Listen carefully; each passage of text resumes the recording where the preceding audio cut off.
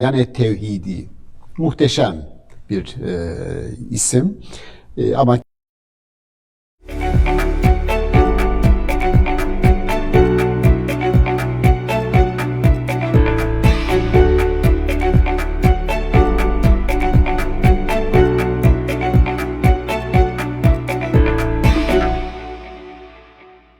Efendim merhabalar. İnsana Dair programında yine sizlerle birlikteyiz.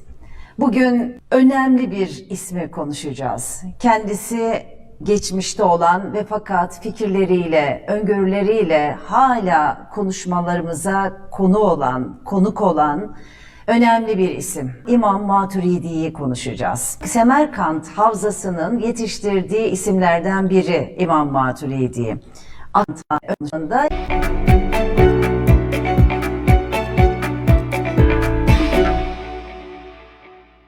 Efendim merhabalar. İnsana Dair programında yine sizlerle birlikteyiz. Bugün önemli bir ismi konuşacağız. Kendisi geçmişte olan ve fakat fikirleriyle, öngörüleriyle hala konuşmalarımıza konuk olan önemli bir isim. İmam Maturidi'yi konuşacağız. Semerkant Havzası'nın yetiştirdiği isimlerden biri İmam Maturidi. Aklın, tecrübenin, uyumun belki de müşahhas örneklerinden, somut örneklerinden biri. Kiminle konuşacağız? Yine çok kıymetli hocamız, Ankara Üniversitesi İlahiyat Fakültesi öğretim üyelerinden Profesör Doktor Şaban Ali Düzgün'le konuşacağız. Efendim hoş geldiniz. hoş bulduk, hoş bulduk.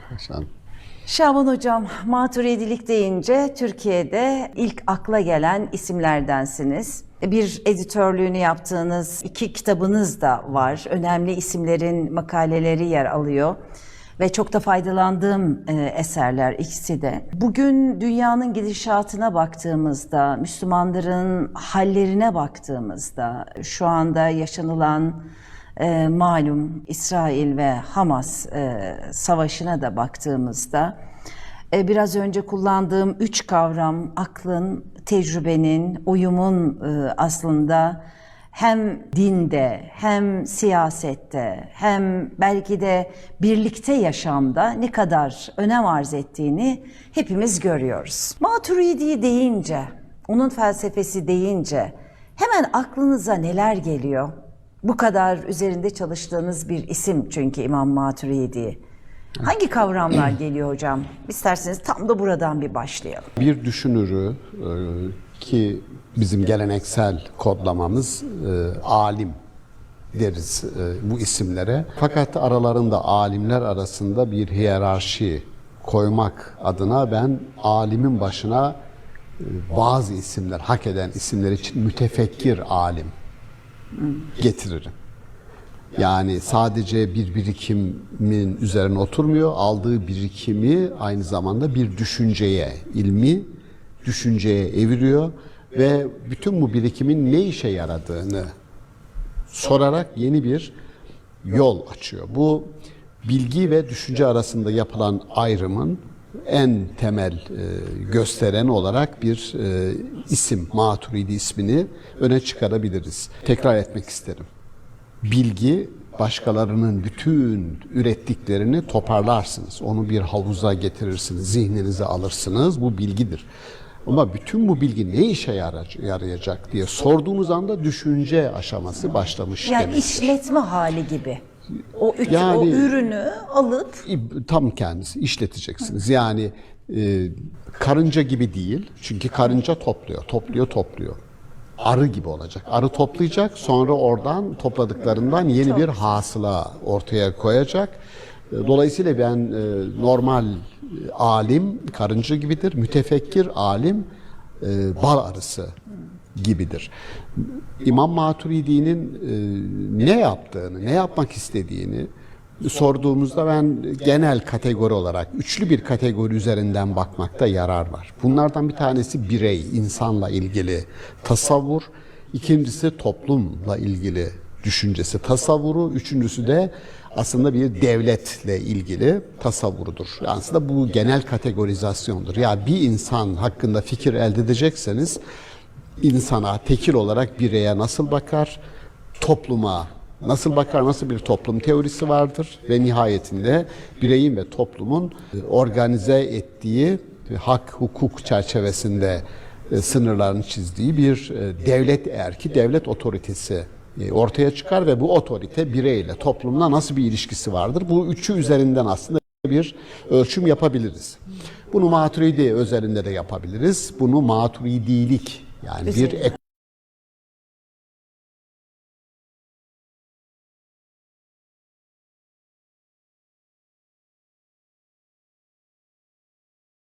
hatta Maturidi'nin de izini sürdüğü İmam-ı Azam Ebu Hanife'yi de o izleye koyarak takip etmemiz lazım. Tek bir kişi ne kadar büyük bir isim olursa olsun eğer takip etmemiz lazım. İmam-ı Azam'dan bahsediyoruz ama eğer otoritesi topluma nasıl bir kategori yapmak istediğini sorduğumuzda ben genel kategori olarak üçlü bir kategori üzerinden bakmakta yarar var. Bunlardan bir tanesi birey, insanla ilgili tasavvur, ikincisi toplumla ilgili düşüncesi, tasavvuru, üçüncüsü de aslında bir devletle ilgili tasavvurudur. Aslında bu genel kategorizasyondur. Yani bir insan hakkında fikir elde edecekseniz insana, tekil olarak bireye nasıl bakar, topluma nasıl bakar, nasıl bir toplum teorisi vardır ve nihayetinde bireyin ve toplumun organize ettiği hak, hukuk çerçevesinde sınırlarını çizdiği bir devlet erki, devlet otoritesi ortaya çıkar ve bu otorite bireyle, toplumla nasıl bir ilişkisi vardır? Bu üçü üzerinden aslında bir ölçüm yapabiliriz. Bunu Maturidi özelinde de yapabiliriz. Bunu Maturidilik yani bir ekol üzerinden de yapabiliriz. Çünkü biz Maturidi isminden bahsediyoruz ama eğer Maturidilik diye bir ekol yani Maturidi'yi öne çıkaran hatta Maturidi'nin de izini sürdüğü İmam-ı Azam Ebu Hanife'yi de o izleye koyarak takip etmemiz lazım. Tek bir kişi ne kadar büyük bir isim olursa olsun eğer takip etmezseniz, düşüncelerini şerh etmezseniz, insanlara bir şekilde ulaştırmazsanız maalesef tarihin mahzenlerinde kaybolabiliyor. Bu nice büyük isimler var aslında. Yani bizim kültür tarihimizde çok büyük isimler var fakat riskli görülmüşler, marjinal sayılmışlar. Bizim kültür ona şaz, şahıslar demiş bunlara. Riskli yani. Aslında çok diyelim Ebu Hayyan et-Tevhidi muhteşem bir isim ama kim bilir sadece erbabı bilir. Oysa o çok şahs tüketilmesi. hükümlerin pek çoğu aslında son derece makul görüşler Yani olduğu yaratıcıdır. Şahs Evet. dediğimiz, marjinal dediğimiz isimler yaratıcıdır. Bakılır. Mesela bizim Hüseyin Atay, Allah rahmet eylesin, bir ay önce vefat etti hocamız. Rahmetli analım. Rahmetli analım hocamızı. Hüseyin Atay Hoca Kur'an'a göre araştırmalar kitabında çok enteresan fikirler var. Madde madde işte diyelim kadının özel hallerinde yapamadığını bizim kültürün söylediği şeylerin tamamını hoca yapabilir falan diyorum ki hocam niye bu nereden bunlar? Dedi ki aslında bunların hepsi bizim kültürde var. Fakat kıyıda köşede bırakılmış. Ana akım haline gelememiş. Yoksa bunlar yeni bir şey değil. Hepsini diyelim İbnül Kayyim'de hepsini ben sana gösterebilirim. Kaynaklarda var diyordu. Dolayısıyla İmam Maturidi önemli bir isim ama onu aynı zamanda takip eden insanların büyüttüğü bir isim. Bunu hak ediyor muydu? Mesele o. Fazlasıyla hak ediyordu. Yani diyelim ki Nesefi diye bir yine Nesef bölgesinden Özbekistan'da Nesef adına bir enstitü kuruldu şu anda. Hem İmam Maturidi'nin hem Nesefi'nin bakın sahip çıkıyorlar kodlarına. Eskiden yoktu bunlar. Yani bunlar yeni yeni bir özellikle Rusya'nın dağılmasından sonra kimlik krizine tutulan Türkiye Cumhuriyetler, Türk devletleri orada sadece milliyet vurgusuyla bu işin gitmediğini yani sadece çimento sadece kumdan oluşmuyor. Su da ekleyeceksiniz, işte çimento da koyacaksınız. O karışımdan bir beton, birbirini destekleyen unsurlar oluşacak. Dolayısıyla dinin Türk yorumunun, dinin Türk yorumu, bunu altını çizmem lazım. Bu bir gerçek. Çünkü Bu hem ben bir ay önce Balkanlardaydım, 8 gün geçirdim Kosova'da. Aynı şeyi orada gördük. Suudi Arabistan'ın bu krize giren ülkelerde bu hem Orta Asya'da oldu hem Balkanlarda oldu. Hemen oraya bittiğini görüyoruz. Ne yapıyor? Bir örnek vereceğim. Kosova'da biz İpek kentine gittik bir proje kapsamında. Orada dediler ki kırmızı, kızıl cami mutlaka fotoğraflayın. Peki fotoğraflamaya gittik. Yanımızda işte görevli arkadaş var. Kırmızı cami nerede dedik. Hani nerede iç? Caminin içini, bildiğiniz evin içini beyazla badanalarlar ya. Tam öyle yapmışlar. İçeride kırmızı mırmızı hiçbir şey yok. Döndükten sonra o alanda çalışan oradaki bir arkadaşımıza, bir abi 70'in üstünde artık, ona dedim yani Raif abi, Raif Vrmiça, kırmızı cami nerede dedim. Nerede kırmızılık? Dedi işte onu gör diye git oraya dedim ben sana. Bu Selefiler geldiğinde oradaki bütün sanat eserlerinin üzerine boyadı çıkardılar bembeyaz. Yani efendim günah, sanat, işte caminin içinde sanat mı olur? Şimdi bu sizin ilkelliğinizin bu dünyada maalesef bir göstereni. Aslında öyle tutup onu eski halini fotoğrafla gösterip bir selefi kafa, bir zihin nasıl kültüre, sanata, estetiğe düşman olur bunu göstereceksiniz. Onun için o dönem için dağılan Sovyetlerde Maturidi'nin, Nesefi'nin, Maturidiliğin bir dini kimlik olarak da o bölgenin kültürüyle uyumlu bir şekilde insanlara anlatılması ve insanların ona sahip çıkması muhteşem bir şey ve şu anda bu oturmuş durumda. Üniversitelerde ders müfredatında var. Artık Maturidilik denilince ya da Nesefi denildiği zaman makuliyet, sizin girişte söylediğiniz aklın, tecrübenin ve vahyin uyumu akla geliyor.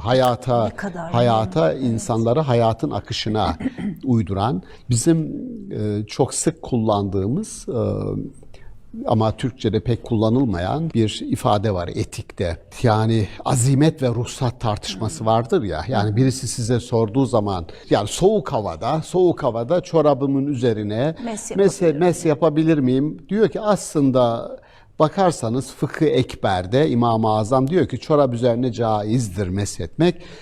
Ama sen yine de çıkarıp azimeti tercih et, yıka yani ruhsat vardır ama azimet.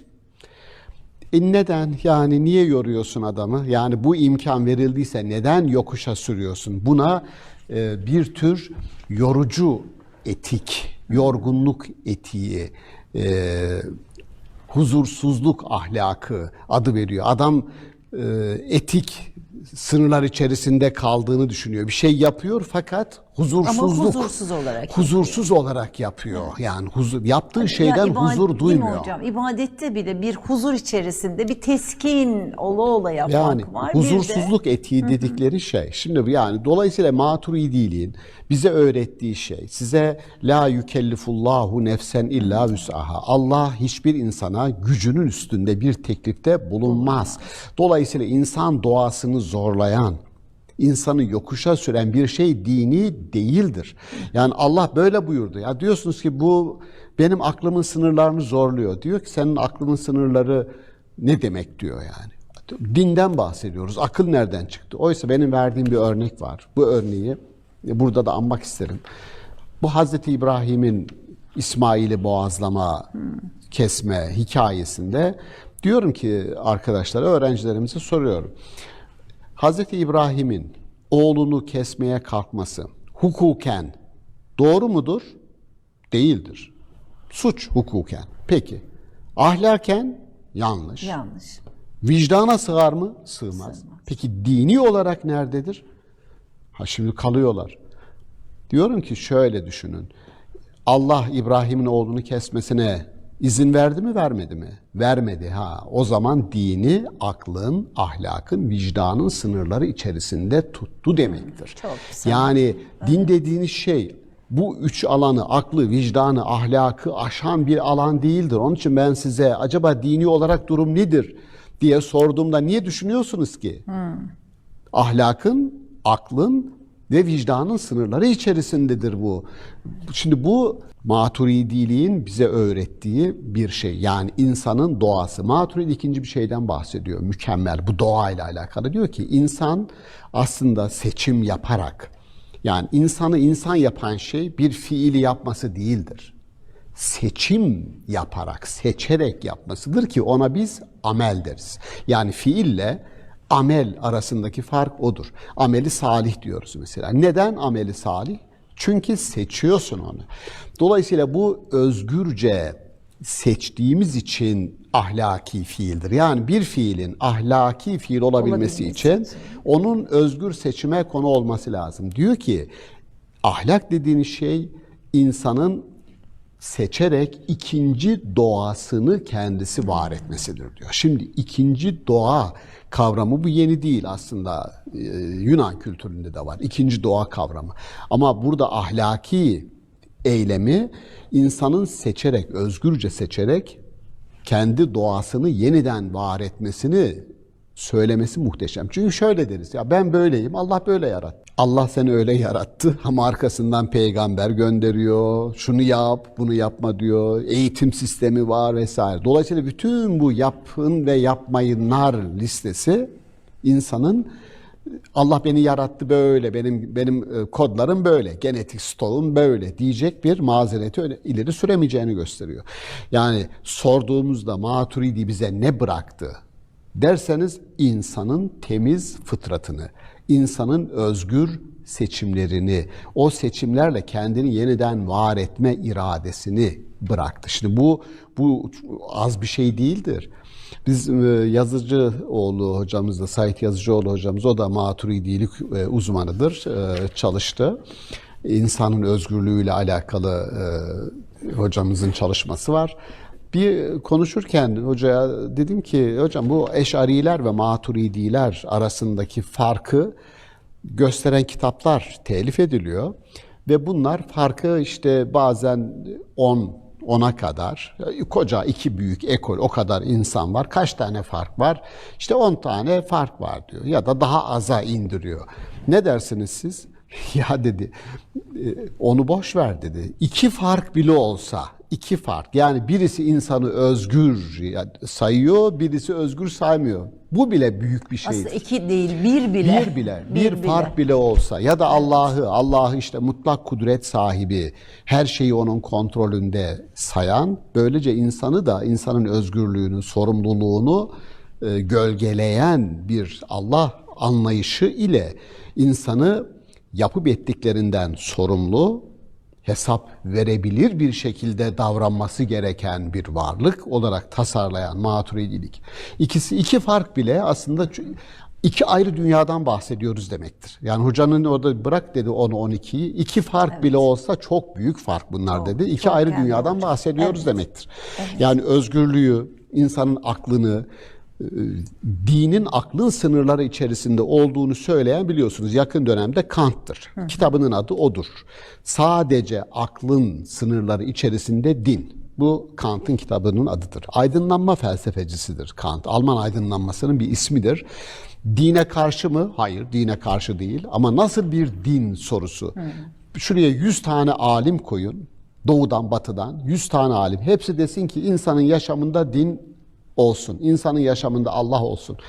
Nasıl bir din, nasıl bir Allah sorusunu sorduğunuzda her birinin yüzünün 100 ayrı görüşü dile getirdiğini görürsünüz. Yani Einstein'a sorun. Nasıl bir Allah? Allah'a inanıyor musun? İnanıyorum. O çok güzel. Spinoza'ya sorun.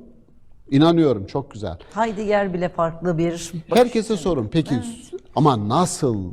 Mahiyeti nedir?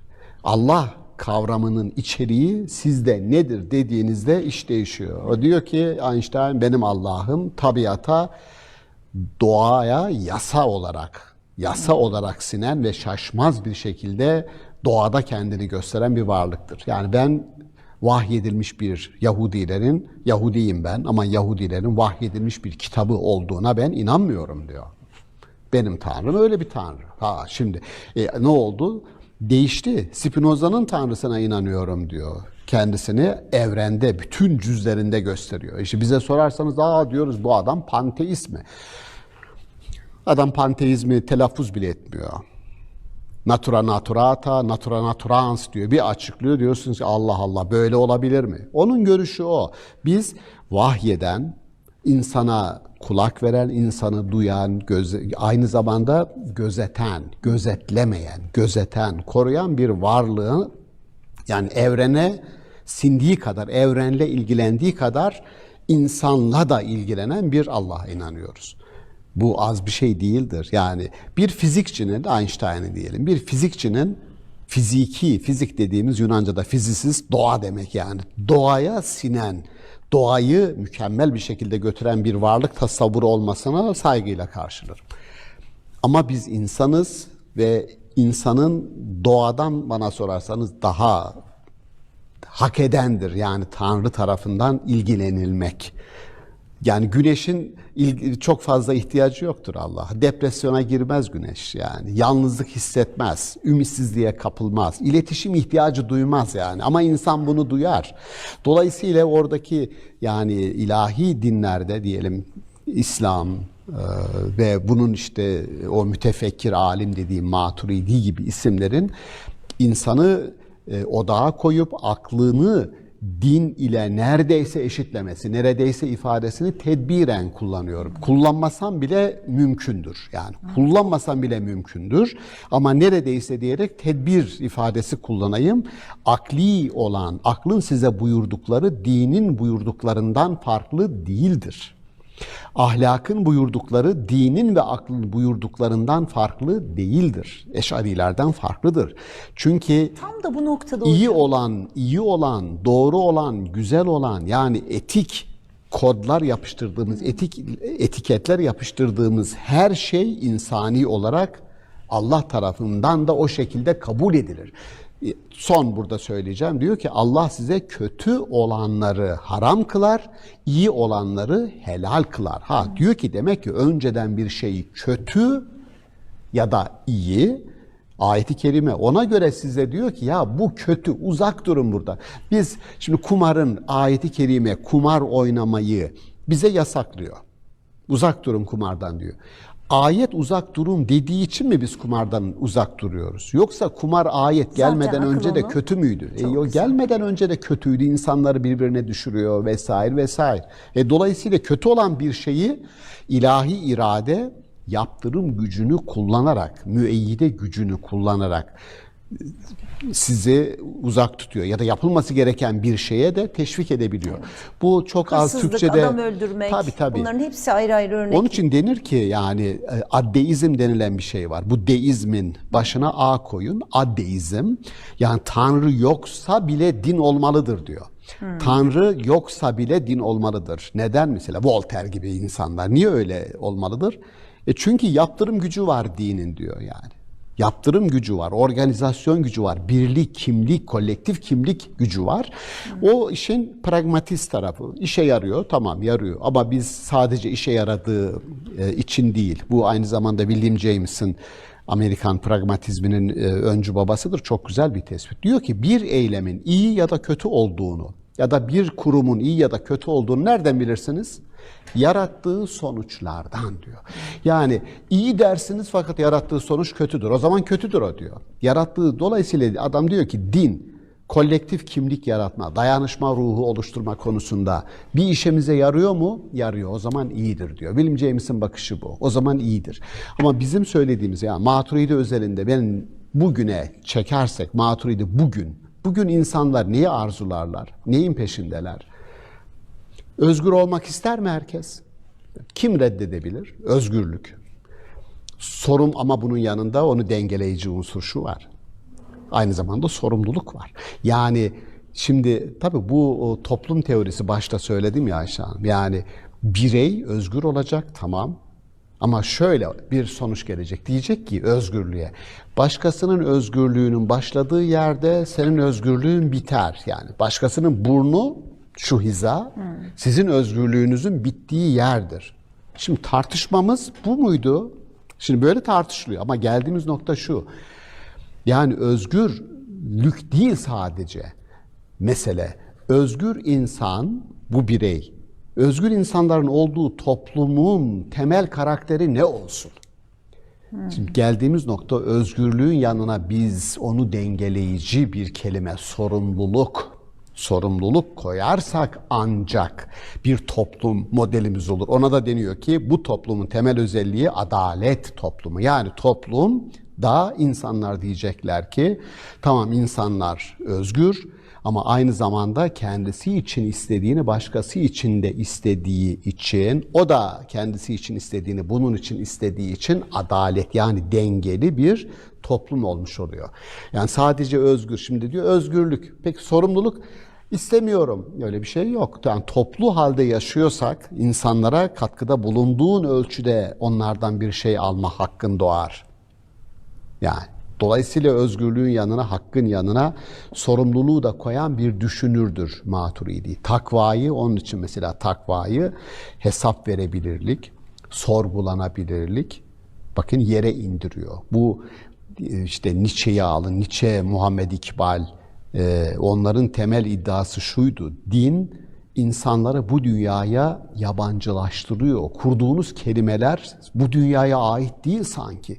Bir şey diyorsunuz, içi boş gibi duruyor. İndirin bu dünyaya o kelimeleri diyor. Şimdi benzer bir şey orada görüyorum ben. Maturidi'de görüyorum. Mesela takva diyorsun. Takva nedir?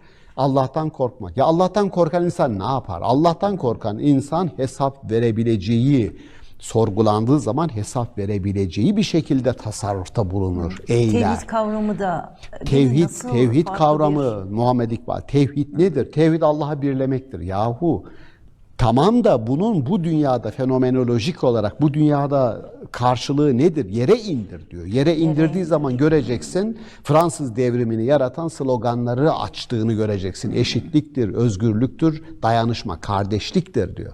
Tevhid 3 unsurdan oluşur diyor. İndirdik mi yerküreye bunu? İndirdik. Dolayısıyla bakın Maturidi takvayı yerküreye indiriyor. Hesap verebilirlik.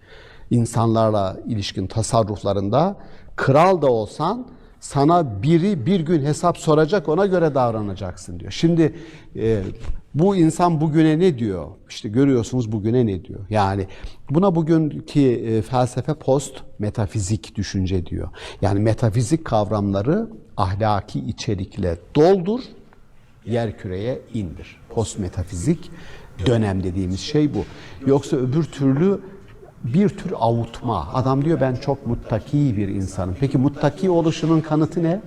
Mesela yürürken çok böyle ağırbaşlı yürüyorum, muttaki. İnsanlara kötülük yapmıyorum diyor mesela. Çünkü gözetlendiğimi düşünüyorum. O anda korkuyorum diyor. Tamam, bu da değerlidir. Yani bir adam Allah'tan korkarak insanlara kötülük yapmıyorsa o da değerlidir. Ama biz tekil olarak bir kişiden değil. Diyor ki hesap verebilirlik, devleti yöneten kişinin en tepedeki ismin bile bunu söylediğinde ortalıkta krallar var, sultanlar var, emirler var. Astığını asıyor, kestiğini kesiyor. 3. Mehmet gibi yani. Adam geldi bir gecede, geldiği gece Osmanlı padişahı 19 kardeşini boğdurdu bir gecede. Kardeş katli. Hiçbir bakın Şeyhülislam, hiçbirisi tabii ne dini ne hiçbir yerde yok bunun karşılığı. Onun için hiçbir Şeyhülislam kardeş katline fetva vermemiştir. Hiçbiri alınmamıştır. Ama Batı'da da Doğu'da da devletin bekası için kardeşler öldürülür. Nerede öldürülür? Yani şimdi dolayısıyla bu kaldı ki apaçık ayet var. Kim bir masum canı öldürürse tüm insanlığı öldürmüş gibidir. Yani bunu söyleyeceğim şu: Maturidi'nin tepedeki isim dahi hesap verecek şekilde davranmalıdır dediğinde krallar, sultanlar, herkes önünde hizada dururken bunu söylüyor Maturidi. Ya bu esas önemli olan o. Bugün söylediğin zaman bunun fazla bir karşılığı yok. Çünkü bugün zaten hesap verebilir. Yüce Divan'a gönderirsin ama o gün krala bunu söylüyorsa bir adam, işte bu sivil bir alimdir. Sivil bir alimdir, mütefekkir bir alimdir, saygıyı hak ediyor. Yani o anlamda bugüne bir şey söylüyor. Şimdi hocam ya o kadar önemli ki yaptığınız şu tespitler.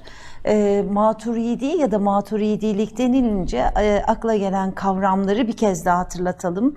Aklın, tecrübenin ve vahyin uyumu dediniz. Mutabakatı. Şimdi bugün pek çok İslam coğrafyasına baktığımızda ister bireysel sorunlarımızdan hareketle düşünelim bunu, ister toplumsal sorunlarımızdan hareketle düşünelim. Şunları kale almadığımızı çok net herhalde söyleyebiliriz.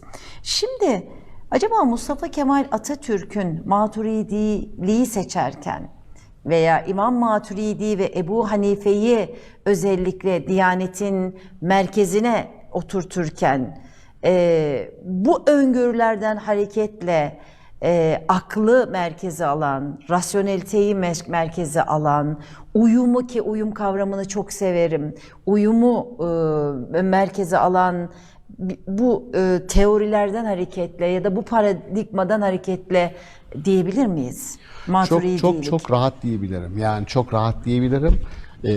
Doğrusu Atatürk'ün kendi kişisel tercihleri, kişisel yaşamıyla ilgili değiliz. Konuşmamız devlet aklının nasıl işlediğiyle alakalı konuşmak lazım. Yani Mesela, burada bu tür konuşmalarda kişilerin kendi yaşamlarındaki tercihleri üzerinden bir değerlendirme yapılır. İyi ya da kötü. Meselemiz o değil. Mesele, ben diyorum ki Cumhuriyet'in kuruluşunda... Kaldı ki o boyutu bizi çok da ilgilendirmiyor. Her birimizin bugün, her birimizin kendi kişisel yaşamımızda tercihlerimiz farklı birbirimizden. Yani size göre benim hiç de hoşunuza gitmeyen sizin bir yargılamanız olabilir yani. Ben sizde olabilir. Öbürü, ya bu nedir yani? Bu kişiler üzerinden bir düşünceyi, bir hamleyi boğmak, böyle bir şey olamaz. Aslında yani safsata yapılıyor. Tabii canım. Yani bu demagoji. Yani Demagoji. bir şeyi Tabii. biz insanlar Kişiye bir şeyi değil de fikre odaklanmamız gerekirken tam tersini yapıp kişi üzerinden fikri çürütmeye çalışıyor. Tabii. Bu aslında bir tartışmanın hakikati ortaya çıkarmaktan daha çok hakikatin üstünü örttüğünün resmidir. Yani bu tür tartışmalar. Onun için Atatürk'ün kendi kişiliğiyle ilgili tartışmaları ayrıca açar konuşuruz. Ayrı bir şey. Ama biz burada devlet aklının dinle ilgili tasarruflarını nasıl yaptığına baktığımızda Selçuklu'nun, Osmanlı'nın ve Cumhuriyet'in hiç tartışmasız bir şekilde birbirinin devamı olduğunu görürüz. O da Hanefilik ve Maturidilik çok bilinçli bir tercih midir Cumhuriyet döneminde? Gerçekten muhasebesi yapılarak mı o tercih yapılmıştır? Ben çok da hesabı yapılmayan bir tercih olduğunu söylemenin akıllıca olmadığını düşünürüm. Yani Elmalılı Hamdi Yazır'ın bir tefsiri yazmış ki o dönemde İslamcı aydınlar içerisinde yer alan bir isimdir. Mehmet Akif Ersoy'a Kur'an mealinin siparişinin verilmesi, Babanzade Ahmet Naim'in Tecridi Sarihi hazırlaması. Yani bunlar, bu düşünce kodları Ebu Hanife ve Maturidilik, bildiğimiz Selçuklu, Osmanlı geleneğinin devamı bu. Çünkü gelenekte devamlılık bir kimlik muhafazası anlamında da bu esas unsur. Mesela diyelim Türk tarih tezini biz o dönem için tartışıyoruz. Türk tarih tezi ortaya, Türk dil, Güneş dil teorisi mesela ortaya çıkıyor. Bu ana kimliği daha da tahkim edecek arayışlar bir dereceye kadar geliniyor. Sonra deniyor ki burada bazı sıkıntılar var. Tamam, gidiyor. Ama hiç sıkıntı vermeyen bir şey şu: bugün Türk milletinin, Türklerin Selçuklu, Osmanlı ve Türkiye Cumhuriyeti'nin vatandaşı olarak azınlıklar hariç hangi etnik kimliğe ait olursa olsun, hangi etnik kimliğe ait, Türk, Kürt, Çerkez, Çepni, Oğuz boyu vesaire, ne derseniz deyin, hepsinin Türk kimliğinin yanına Müslüman olduğu için ana unsurdur, kurucu unsurdur diye belirlenmiş olması muhteşemdir. Çünkü bu kimlik tartışmalarının yapıldığı dönemde bütün, bakınız dünyaya, ulus devlet ve sekülerlik iki kurucu unsurdur. Çünkü imparatorluklar bitti, dağıldı. Bu Prusya dağıldı, Osmanlı dağıldı. işte Bolşevik ihtilaliyle Rusya dağıldı. İmparatorluklar dönemi dağıldıktan sonra Ve kurucu ulus devlet üzerinden ulus devlet. esiyor. Herkes ulus devlet, uluslaşmalar işte biliyoruz yani o süreçleri, Balkan bozgunları, Osmanlı'nın çok büyük bir devletin gelip de 750 bin kilometre karelik bir alana misak-ı milli sınırlar içerisine gelip daralması, bütün bunların ötesinde bizi bir arada tutan kurucu unsurun hiç tartışmasız din, İslam, Müslümanlık, burada etnik temeli kim olursa olsun ne olursa olsun Müslümansa kurucu unsurdur denilmesi o ulusun içerisine yani bakınız orada parçalanma riskini minimize edecek, ortadan kaldıracak unsurun din olarak orada tutulması aslında çok büyük bir başarıdır. Bizim 100 yıldır insanlara anlatmakta zorluk çektiğimiz ve bugün hala sıkıntısını yaşadığımız konu budur. Yani bugün dünyanın hangi ülkesine bakarsanız bakınız yani dinin kurum kurallarıyla bugün hala çok aktif bir efektif bir güç olarak dünyada var olduğunu görüyoruz. Peki ne işe yarıyor? Bir işe yarasın. Ne işe yarayacak? Yani çatışma riski taşıyan unsurları çatıştırmasın yeter. Çatıştırmasın yeter. Cumhuriyetin Belki de ana işlevi olması gerekiyor. Ya öyleydi. Ayet-i kerime diyor ki Allah sizi uçurumun kenarında buldu da oradan kurtardı. Uçurumun kenarı bir millet için uçurum nedir? Birbirini yemesidir, fitnedir, birbirini yemesidir, bir ötekileştirmesidir, içselleştirememesidir, hakkın hukukunu korumamasıdır, kendisi gibi görememesidir. Din diyor ki insanlar aynı annenin rahminden çıkan kardeşler, biyolojik kardeşler olmayabilir ama Allah'ın, rahim olan Allah'ın kullarıdır. Bu yetmez mi diyor? Ya ana rahmi ya Allah'ın rahmi.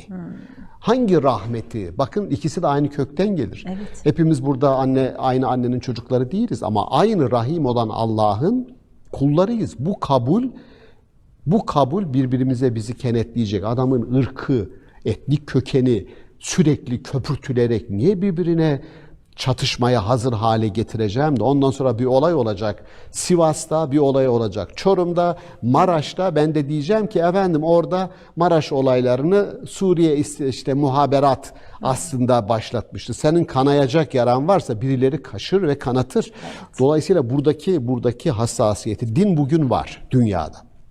Hristiyan, Yahudilik tamam. Diyorum ki efektif, etkin bir şekilde bu milletin ya da dünyanın sadece Türkiye'nin meselesi değil ki bugün işte çok canlı bir mesele. Yahudiliğin yani Allah'ın şunu söyleyebilir mi bir insan? Şunu söyleyebilir mi? Allah'ın kim bir masum insanı öldürürse bütün insanlığı öldürmüş gibidir. Kim de bir insanı kurtarırsa bütün insanlığı kurtarmış gibidir. Bu sözü Yahudilere rehber olsa, Müslümanlara rehber olsa Hamas hiçbir sivile zarar verecek bir eylemde bulunamaz. Suriye keza öyle. Suriye diyorum, İsrail keza öyle. İsrail evet.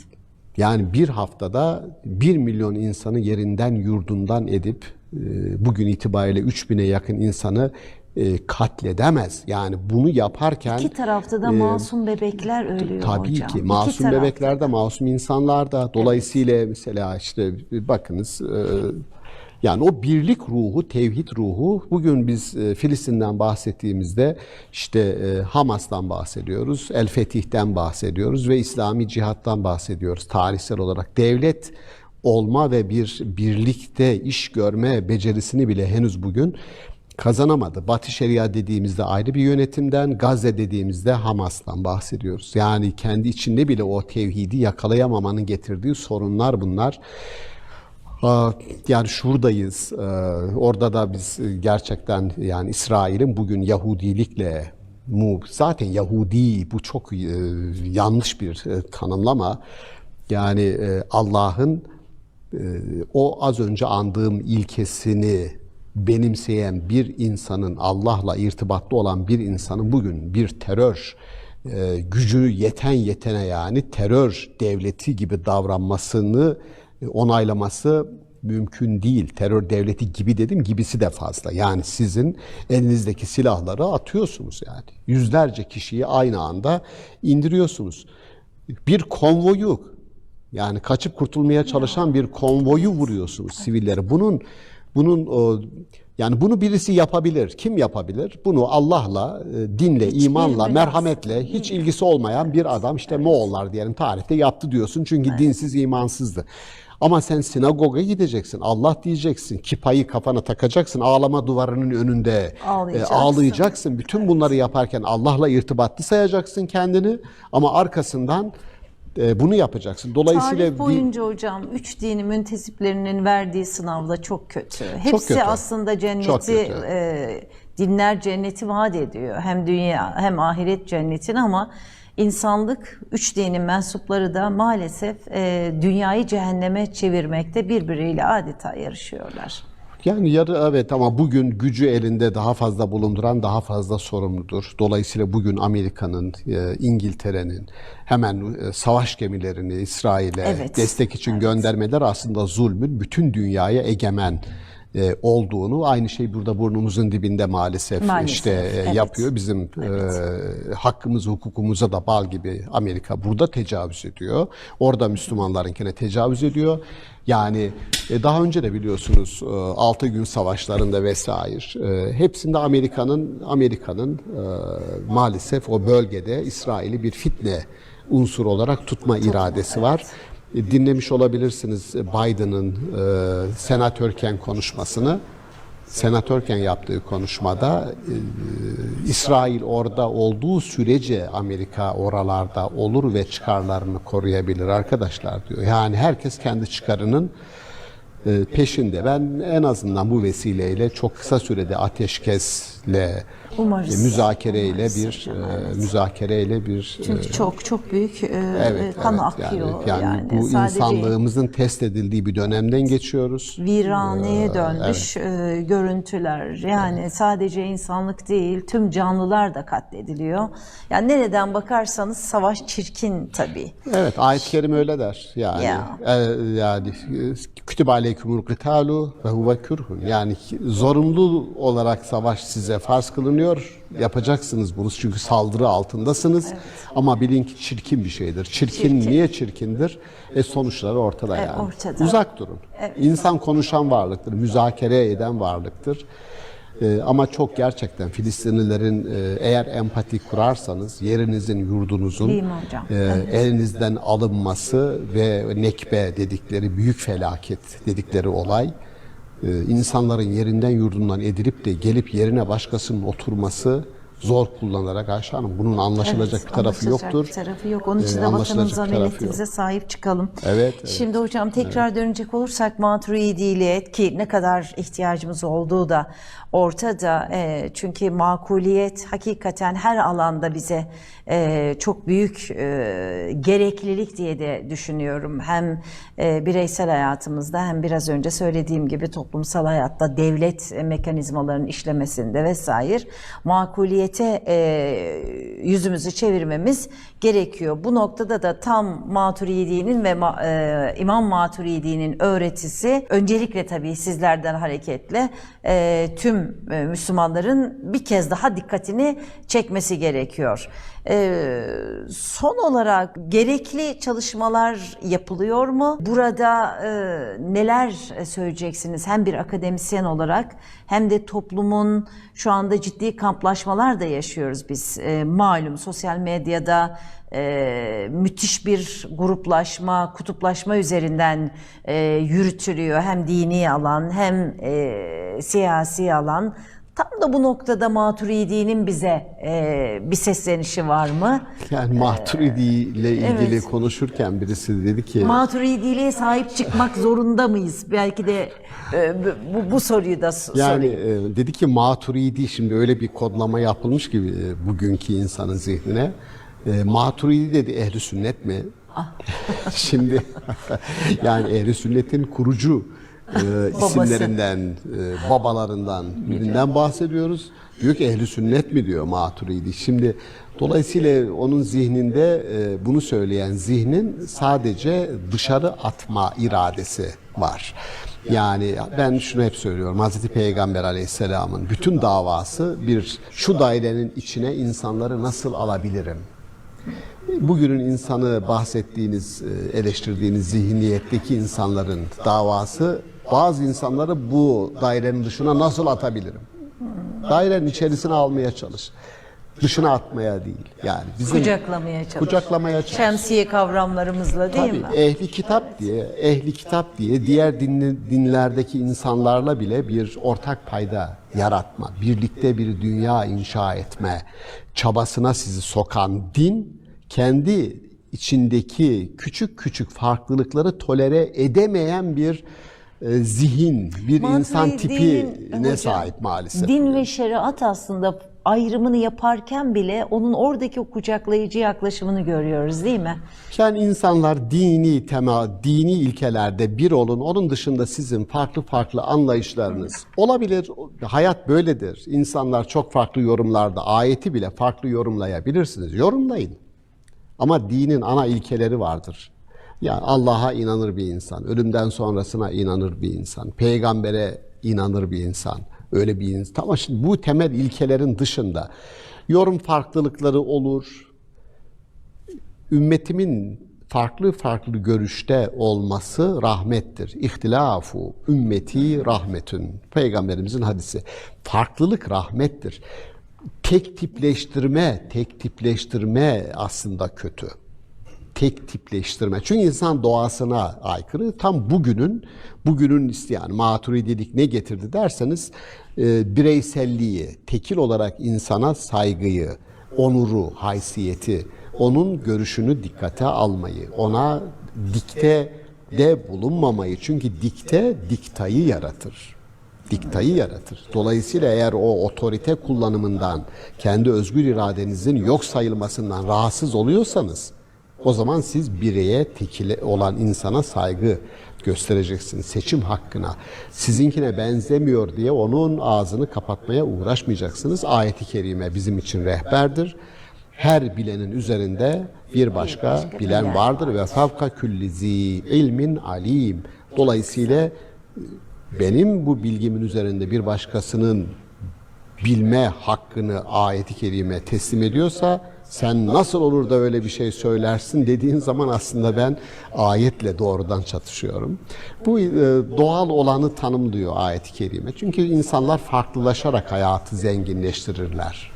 Öyle bakmak lazım. Çok güzel hocam.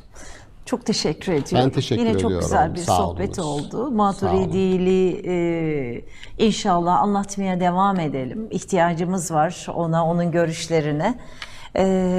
Tekrar hocam hem Ankara Büyükşehir Belediyesi adına, Sayın Başkanımız Mansur Yavaş adına, tüm Ankaralılar adına, tüm Türkiye'miz adına çok teşekkür ediyorum. Ben Sağ teşekkür olun, hep ediyorum. var olun Selam, inşallah. sevgi ve saygıyla herkese. Evet efendim, programımızın sonuna geldik.